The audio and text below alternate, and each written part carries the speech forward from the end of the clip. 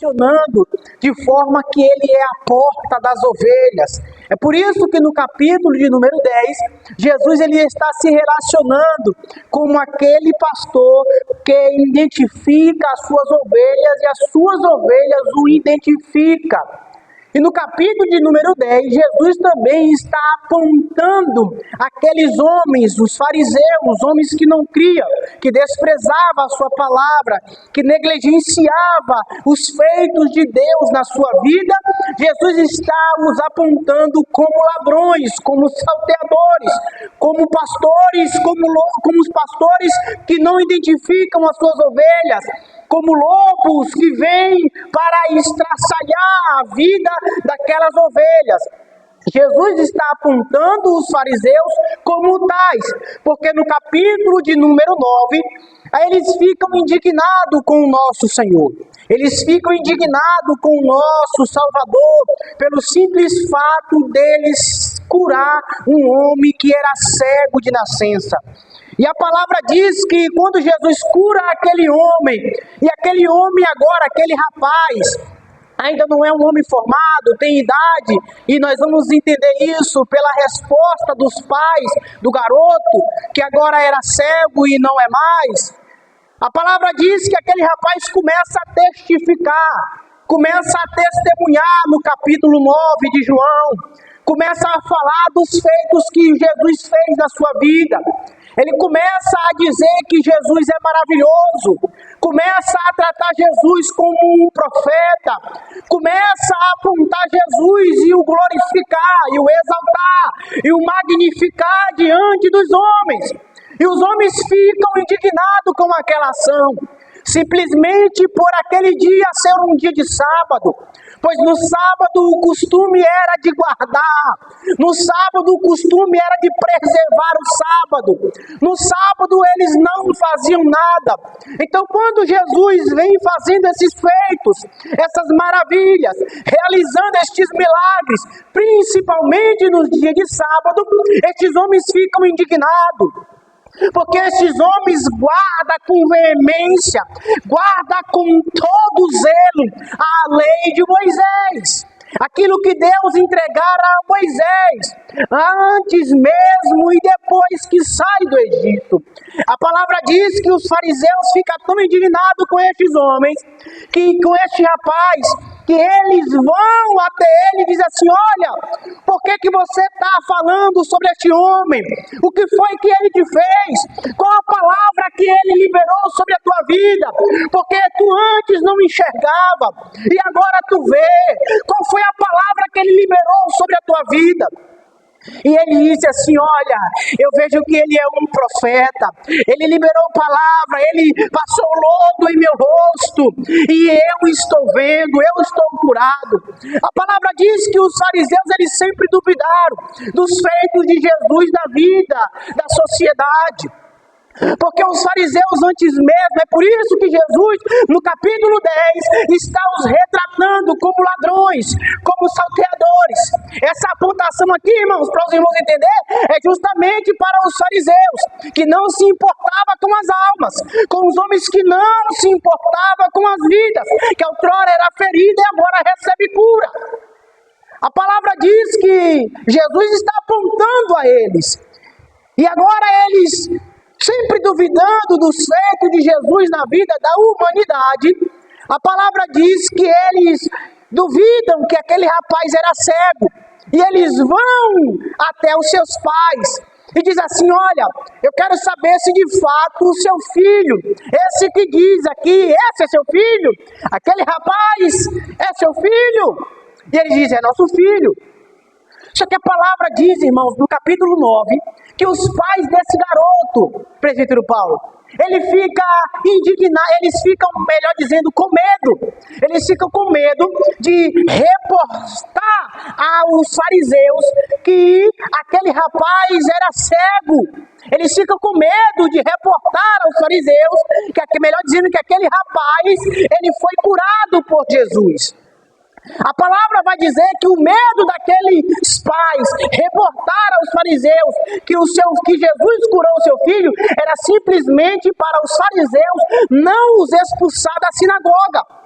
Porque todo aquele que defendia as causas de Jesus, todos aqueles que defendiam naquela época os feitos de Jesus, eles eram expulsos da sinagoga pelos fariseus.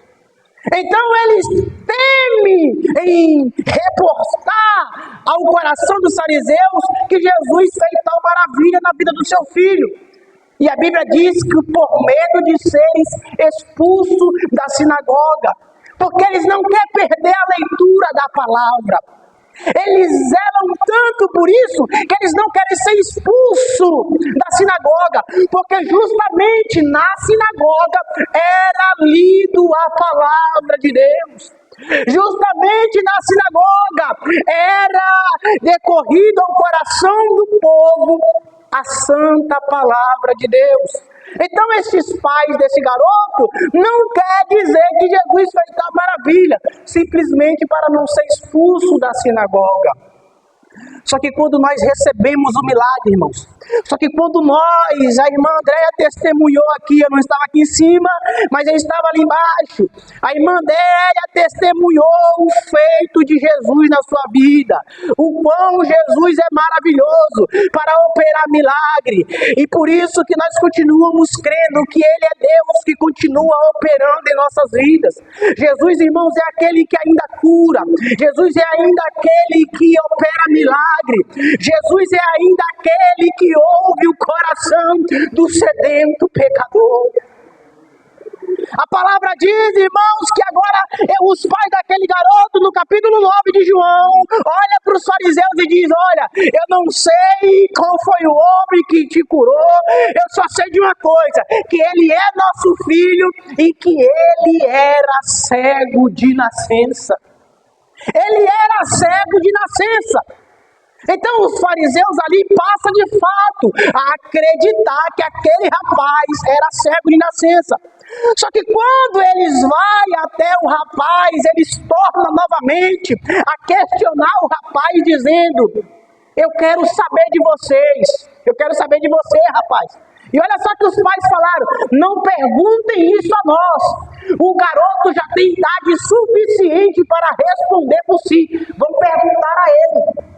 Os pais negam a resposta e dizem: nosso filho tem idade suficiente para responder por ele. Porque naquela época, isso se estende até o dia de hoje, o menor não respondia por si. Eles tinham que ir até os pais do rapaz para tal questionamento, para tal busca, para tal indagação ou interrogação. E o pai e a mãe disseram: o rapaz tem idade suficiente para responder. Eu estou contextualizando para os irmãos entenderem melhor isso aqui.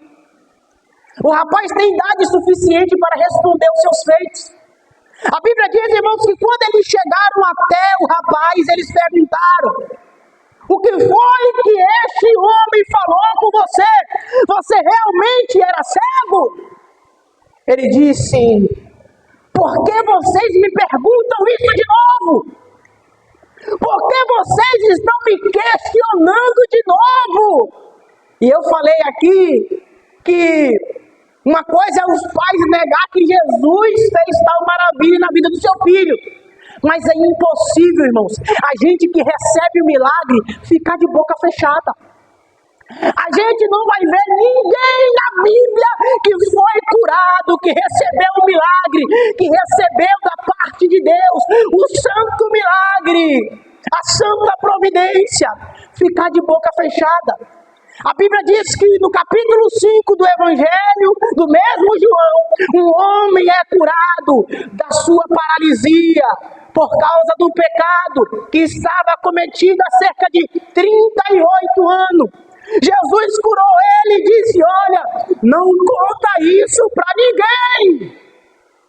O homem, irmãos, tão maravilhado dos feitos de Deus, quando o homem se levantou, pegou a sua cama, o homem começou a gritar dentro da cidade que Jesus, que aquele homem, que o homem liberou a cura sobre ele.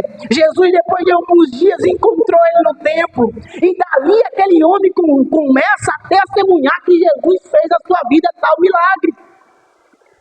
A palavra diz que quando o Senhor cura a filha de Lázaro, a filha de Jairo, quando o Senhor Jesus cura a filha de Jairo, ele diz: olha, não conta para ninguém o que aconteceu aqui. Só que é impossível, irmãos. E eu quero acreditar que Jairo, a sua esposa, a sua própria filha, com seus coleguinhas, começa a testemunhar que Jesus é poderoso para fazer muito mais do que pedimos ou pensamos. Era normal isso de Jesus, porque a característica de Jesus era ser conhecido pelos seus discípulos. A característica de Jesus é de não dar testemunho de si próprio. Jesus quer ser testemunhado por boca dos seus. É por isso que ele vai gritar para os seus discípulos, lá em Atos, dizendo: ser-me-eis testemunha em Jerusalém, Samaria e nos confins da terra. Quando Jesus diz os confins da terra, irmão, Jesus está dizendo: isso vai parar em vocês, mas vai dar continuidade num povo que vai vir, que somos nós. Então era normal Jesus não querer que o povo soubesse que ele realizava tal feitos. O pai e a mãe escondem que Jesus fez um milagre. Só que quando eles chegam no rapaz, eles perguntam novamente: o que esse homem falou contigo? O que ele fez? Realmente tu era cego? Realmente foi um milagre? O rapaz perguntou para os fariseus e eu gostei dessa resposta. Eu gostei dessa resposta, porque eles disseram para os fariseus: parece que vocês estão me indagando tanto, por acaso vocês querem ser discípulos de Jesus também? O rapaz falou para os fariseus: vocês estão me interrogando demais, vocês querem ser discípulos de Jesus também? E eles disseram: guarde-nos de ser discípulo desse homem. Nós somos discípulo dele aqui, pode ser tu. Olha o que o fariseu falou: discípulo de Jesus aqui pode ser tu que está testemunhando sobre ele aí. Agora nós não, nós somos discípulos de Moisés. Essa fala deles, quando ele diz somos discípulos de Moisés, logo, olha só, então os injuriaram e disseram: discípulo dele, seja tu. Nós, verso de número 28, para os irmãos entender que isso é uma composição do capítulo 10. Então os injuriaram e disseram: discípulo dele, seja tu. Nós, porém, somos discípulos de Moisés. Verso 29, nós bem sabemos que Deus falou a Moisés, mas este não sabemos de onde é. Então eles estão indignados. E aí Jesus, olha só, Jesus quando chega no capítulo 10, no verso de número 35, pela fala desses homens no verso 28, no capítulo 9, Jesus está dizendo: pois se a lei chamou deuses aquele a quem a palavra de Deus foi dirigida. Olha só, os fariseus, irmãos, eles estavam defendendo tanto a lei, eles estavam dizendo que era tanto discípulo de Moisés, que quando Jesus, no versículo número 11 do capítulo 10, diz que é o bom pastor que dá a vida pelas suas ovelhas, eles dizem: como vamos crer? Como vamos crer em ti? É impossível crer em ti, nós não sabemos de onde você é. Aí Jesus, no verso de número 35 do capítulo 10, vai dizer assim: opa, pera lá. Vocês tomaram por deuses aqueles homens a qual Deus falou. E a mim, que sou igual ao Pai, vocês não creem. Então, eles depositaram tanta confiança em Moisés, tanta confiança nos homens a qual Deus tinha falado antes de Jesus, que Jesus está dizendo: a estes homens vocês tomaram eles por deuses, e a eu, que sou igual ao Pai, vocês o ignoram. Só que aí eles vêm Jesus agora, percebendo que eles não entendem na primeira versão do capítulo 10, onde ele diz: na verdade vos digo, que aquele que não entra pela porta no curral das ovelhas, mas sobe por outra parte, é ladrão e salteador. Jesus está falando com eles o seguinte: vocês estão vendo as maravilhas que estão acontecendo, vocês estão vendo os feitos de Deus, só que vocês preferem tudo menos acreditar que eu sou o Filho de Deus. Por que é que Jesus está se portando como o bom pastor, que dá vida pelas suas ovelhas? Já eu chego no ponto central da mensagem. Aquele tempo onde Jesus está falando, justamente naquele tempo, era o inverno. E o inverno na antiga Israel era o seguinte: havia aprisco enorme, lugar enorme, aonde um porteiro, é por isso que Jesus vai reportar a respeito do porteiro aqui, havia um porteiro naquela entrada. E muitos pastores, depois de descer das montanhas geladas, das montanhas friosas, pelo simplesmente ser inverno ali, a palavra diz que eles entravam para dentro daquele aprisco, aonde muitos pastores entravam, aonde muitas ovelhas entravam.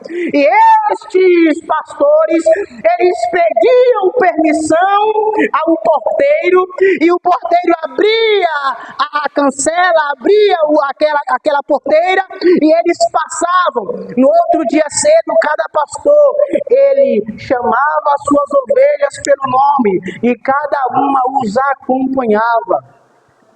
Só que agora Jesus vem falando no versículo 11 que ele é o bom pastor. Por que isso? O bom pastor dá vida pelas suas ovelhas. Ela conhece a sua voz, porque justamente no tempo quente, cada pastor tinha o seu aprisco cercado por pedras individualmente. E aqueles apriscos que era cercado por pedra, eles não tinham uma porta específica. A porta daquele aprisco era justamente o próprio pastor que pastoreava as ovelhas. E aí o que eles faziam? Eles mesmos davam passagem às suas ovelhas. Ele os chamava, ele os conhecia uma por uma, porque o pastor se posicionava na porta, e aí ele dava passagem e as ovelhas passavam. Então ele identificava uma por uma, ele conhece o nome de uma por uma. Então as ovelhas ali conheciam a voz do seu pastor. É por isso que quando chegava no tempo frio, quando o pastor ia e as ovelhas se misturavam com outros rebanhos, quando ele chamava, elas identificavam a sua voz, porque antes de elas se misturar, elas tinham uma sós, elas viviam em particular com o seu pastor. E Jesus está vivendo em um tempo onde ele se reporta a ser o bom pastor, que dá vida pelas suas ovelhas. Mas agora nós vamos falar: que bom pastor é esse? Será que as escrituras falam desse bom pastor? As escrituras tratam esse bom pastor com muita veemência. E eu amo isso aqui, por quê? Porque em João capítulo 10, Jesus é o bom pastor que dá vida pelas suas ovelhas. Em João capítulo 10, Jesus é o bom pastor que dá a vida pelas suas ovelhas. É por isso que em Apocalipse ele diz: eu, João, chorava muito, porque eu não vi ninguém digno de abrir o livro, nem tampouco de desatar os 7 selos. Mas de repente, um dos 24 anciãos disse: João, não chora, porque eis aqui aquele que é digno de abrir o livro e desatar os 7 selos. Aí João disse que ele se vira, e quando ele consegue ter uma visão minuciosa, ele enxerga um com forma de cordeiro, que foi morto e reviveu, e comprou para Deus povo, nação e língua. Se em João 10, Jesus é o bom pastor que dá vida pelas suas ovelhas, em Apocalipse está afirmando que verdadeiramente ele morreu e vivo está. Só que aí nós ficamos com dúvida e falamos: Breno, tem mais prova desse bom pastor? Tem! Vai dizer Hebreus, e eu quero abrir, pelo amor de Deus, abre aí, Paulo, por gentileza. Hebreus capítulo 13, versículo 20. Hebreus capítulo 13, versículo 20. Vai trazer resposta desse pastor, eu vou ler. Ora, o Deus de paz, que pelo sangue do concerto eterno tornou a trazer dos mortos o nosso Senhor Jesus Cristo, grande pastor das ovelhas. Vamos lá! Ele é o grande Deus que tornou a trazer dos mortos o nosso Senhor e Salvador Jesus Cristo. Com o quê? Com o sangue do concerto. E Hebreus está dizendo: Ele é o grande pastor das ovelhas. Se em João 10 Ele é o bom pastor, em Hebreus 13, 20 Ele é o grande pastor que morreu e ressuscitou pelas suas ovelhas. E é de ficarmos maravilhados, irmãos. Porque em 1 de Pedro, capítulo 5, no versículo de número 4, 1 de Pedro, capítulo 5, no versículo de número 4, vai dizer o seguinte: 1 de Pedro, capítulo 5, verso 4, diz o seguinte: e quando aparecer, olha para isso, e quando aparecer o sumo sacerdote, Breno, não! E quando aparecer o sumo pastor, alcançarei a incorruptível coroa de glória. Pedro está dizendo assim: ele foi o bom pastor em João 10, ele é o grande pastor em Hebreus 13, mas quando ele aparecer, quando ele chamar para ter com ele no céu de glória, o sumo pastor, o supremo pastor, ele vai nos entregar uma coroa incorruptível de glória. O pastor de João 10, irmãos, ele será um bom pastor, irmãos, que virá sobre as nuvens e nos chamará para ter com ele no céu de glória. Ele é o bom pastor que dá vida pelas suas ovelhas. É de nós ficarmos maravilhados, porque quando aliançamos Jesus por meio da palavra com a raiz de Jessé, que aponta para os feitos maravilhosos de Deus na vida de Davi, nós vemos que quando Samuel ele vai até a casa de Jessé, a palavra diz que Samuel ele identifica todos os filhos de Jessé, nenhum serve para ser rei em Israel. De repente Jessé disse: o plano de Deus faliu, a vontade de Deus dessa vez não foi perfeita. Só que Hebreus diz que a vontade de Deus ela prevalece e permanece, sendo boa, perfeita e agradável aos seus próprios olhos. E Samuel diz: Jessé, acabaram-se os teus filhos? Ele diz: não, tenho mais novo, é o pastor de ovelha, está cuidando das ovelhas, ele defende as ovelhas, ele entrega a vida pelas ovelhas. E quando Saul disse: menino, como tu vai lutar com um exército tão grande? Davi disse: eu sou pastor de ovelhas, eu defendi as ovelhas do urso, eu defendi as ovelhas do leão. E o nosso Senhor, ele é apontado pela identificação que há em Davi. Ele é um bom pastor, querido. Ele dá a vida pelas suas ovelhas. Ele é fiel. Ele permanece fiel em nossos corações. E aí nós vamos mais além, nós vamos mais adiante. Porque em 2 Timóteo, opa, está até aberto aqui já. Em 2 Timóteo, capítulo 4, no verso 8, vai dizer: Desde agora, a coroa da justiça me está guardada, a qual o Senhor, justo juiz, me dará naquele dia, e não somente a mim, mas também a todos os que amarem a sua vinda. Se em João 10 ele é o bom pastor, se em Hebreus 13 ele é o grande pastor, se em 1 de Pedro ele é o pastor que vai voltar para buscar a sua igreja, em 2 Timóteo ele é o justo juiz que coroará com coroa de glória todas as suas ovelhas, porque elas são boas, não porque elas são perfeitas, não porque elas conseguem ouvir a sua voz.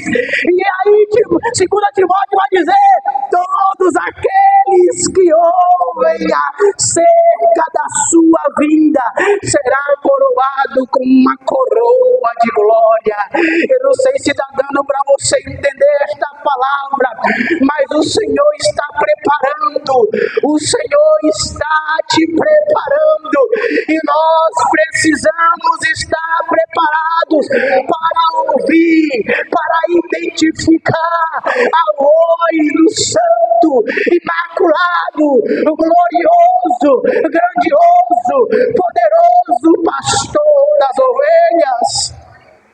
O Senhor Jesus é, querido, este pastor. Ele é o bom pastor que João diz que dará vida pelas suas ovelhas. E ele está dizendo assim: ora, o mercenário foge porque é mercenário e não cuida das ovelhas. Jesus está se reportando para o seu povo. Jesus está querendo mostrar para o seu povo, irmãos, o real motivo pelo qual ele veio ao mundo. E ele está dizendo: o Pai me enviou, o Pai me trouxe aqui. E eles mais ainda buscavam para matar e prender ao nosso Senhor. A palavra diz que Jesus correu, saiu fugindo para além do Jordão, no local onde João outrora batizava. Só que quando ele foge, alguns vai atrás dele e diz assim: João não operou nenhum milagre, mas tudo que João falou a respeito desse homem é verdadeiro. E diz a palavra que muitos deles creram em Jesus. E sabe que Jesus falou: vocês não conseguem identificar a voz do pastor, vocês não conseguem dar ouvido à minha voz, só que tem um povo. E eu acho lindo isso aqui, irmãos, porque Jesus está dizendo: vocês judeus não estão conseguindo identificar a minha voz, só que tem um povo que vai valorizar a minha voz, só que tem um povo que vai identificar a minha voz. Querido, a mensagem é a seguinte: nós precisamos identificar a voz de Deus, precisamos valorizar os feitos que o nosso Senhor Jesus Cristo sofreu. Ele disse para os judeus: vocês não valorizam o que eu faço. Só que tem um povo, tem um rebanho que vai identificar. Esse rebanho é judeu? Não! Que rebanho é esse, Senhor? Esse rebanho está lá em Atos capítulo 10, onde a palavra diz que estava Cornélio, um homem que fazia feitos esmola aos pobres, um homem que orava de contínuo, um homem que tinha misericórdia, um homem que, mesmo não sendo da classe judia, ele oferecia a Deus tudo o que podia. Deus olhou para Cornélio e disse: esse povo gentil vai valorizar o meu sacrifício, esse povo gentil vai ser a ovelha que vai ouvir a minha voz. Sabe quem é esse povo? Esse povo é eu, esse povo é você. Somos a classe, querido, que outrora não fazíamos parte do plano perfeito, mas de repente o Senhor passou a olhar com um olhar de misericórdia e disse: esse povo vai identificar a minha voz, vai ser obediente à minha fala, vai seguir os meus mandamentos, vai ser fiel às minhas escrituras. Precisamos, queridos, honrar o que nos foi prometido. Precisamos, querido, honrar, porque o Senhor apostou tudo em nós no capítulo 10 de João. Ele disse: vocês não estão me valorizando, mas há um rebanho que vai me valorizar. Esse rebanho somos nós, querido. Será que nós podemos ser fiel ao que Deus fez por nós? Será que você pode guardar essa palavra no seu coração e entender que tudo que Deus quer é que sejamos fiel à sua palavra? Se coloque de pé, por gentileza. Aleluia! Ele é o bom pastor, querido, e tudo que o bom pastor quer é que as suas ovelhas identifiquem a sua voz. Ele é o bom pastor, e tudo que o bom pastor quer é que nós, como ovelhas, sejamos obedientes à sua voz. E aí nós o ouviremos e o seguiremos. Aleluia! Neste momento nós iremos fazer a cerimônia da ceia. Aleluia! Aleluia!